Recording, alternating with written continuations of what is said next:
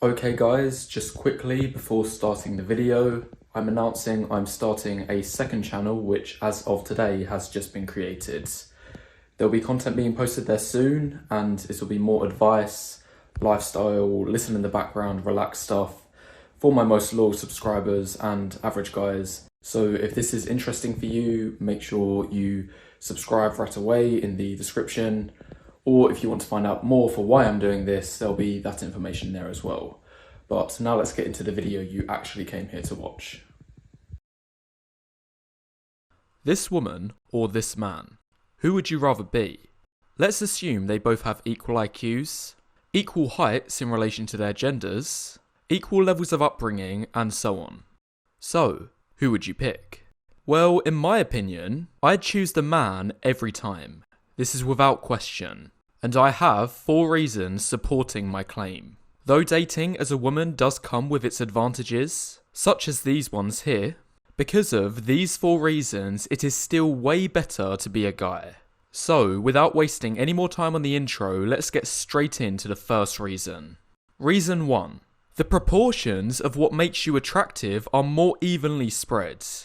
Let's be honest, when guys look at girls, 80% of it is just looks. Then the other 20% is how clean her past is, what she's like as a person, and maybe a couple other things. Meanwhile, for men, I'd say around 60% is looks. Then there might be 10% related to your social skills, 10% your status, 10% your wealth, and 10% your social circle. Obviously, these are all rough numbers, and you may tweak a few of the percentages here and there.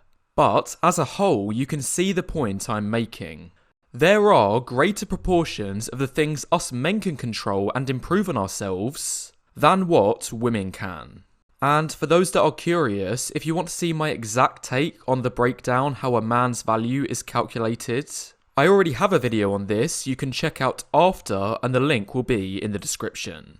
But back to the point. For a woman, you're kinda put in a box. It's either be born pretty or forget about it.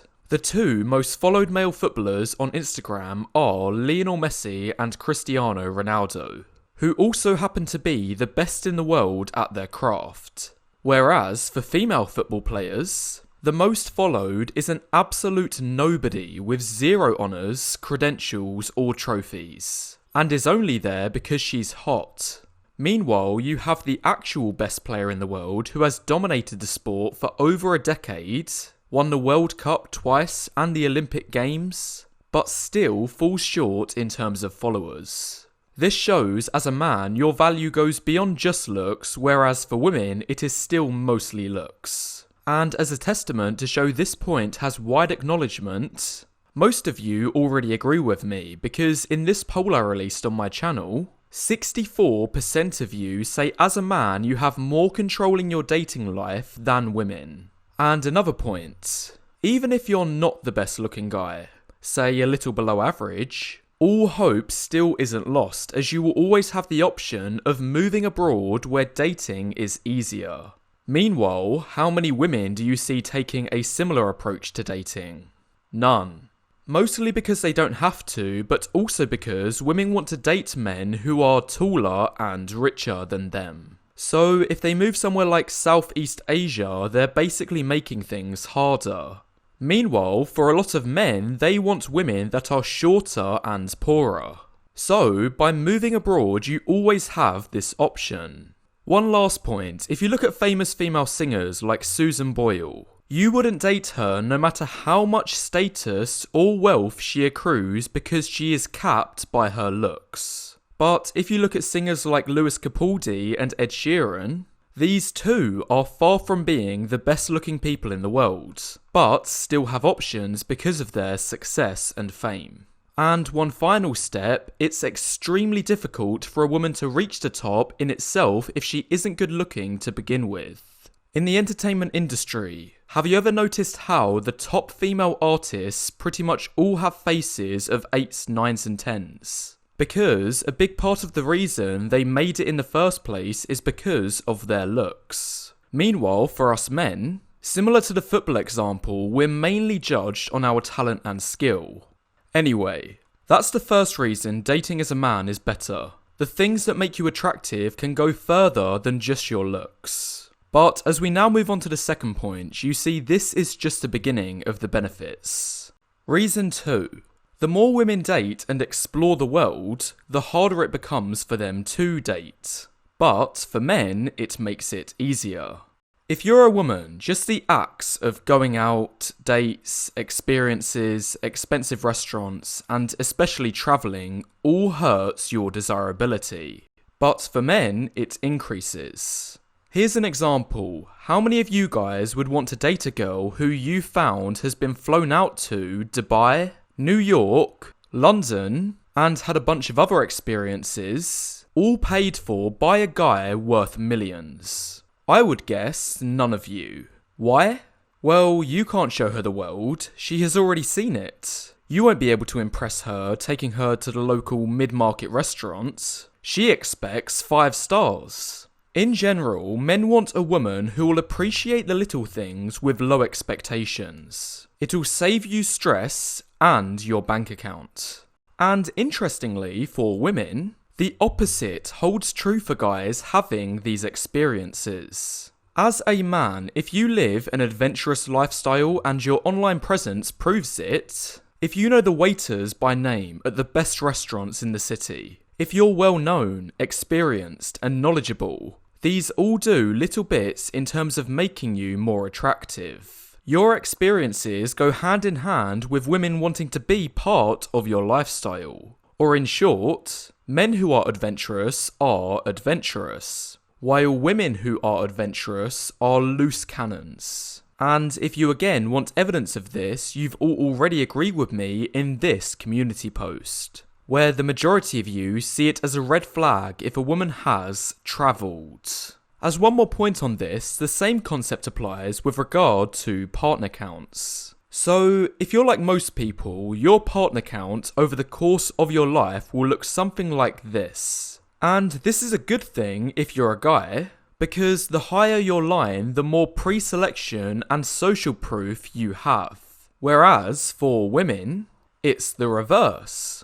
The higher theirs is, the less desirable they are in dating, especially when talking about relationships and marriage. And unfortunately, in this world, your partner count can only ever go in 2 directions, up or sideways. Therefore, women lose desirability on average the longer they date for, but for us men, we gain it.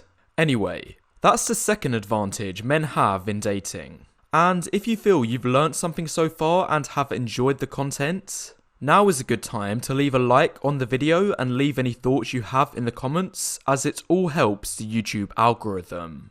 Reason number 3.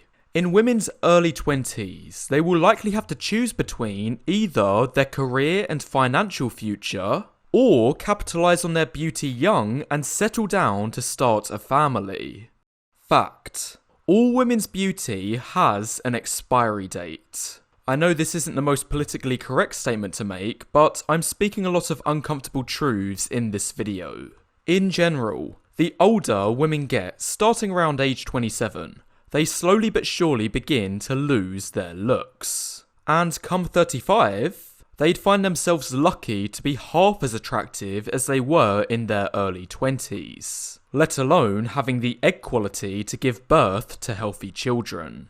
What are the implications of this? Well, since women's beauty peaks pretty much as soon as they hit 20, it means the optimal dating strategy for them is to find as high quality a guy as possible, ideally marry him and start having kids, all before age 25, and then she'll be set for life, just in time before her looks start to fade. However, given this, there is just one big problem. If she chooses this path, it bears the opportunity cost of missing out on potentially a huge secondary life goal. Going to uni, getting educated, and climbing the corporate ladder for a few years to achieve financial freedom.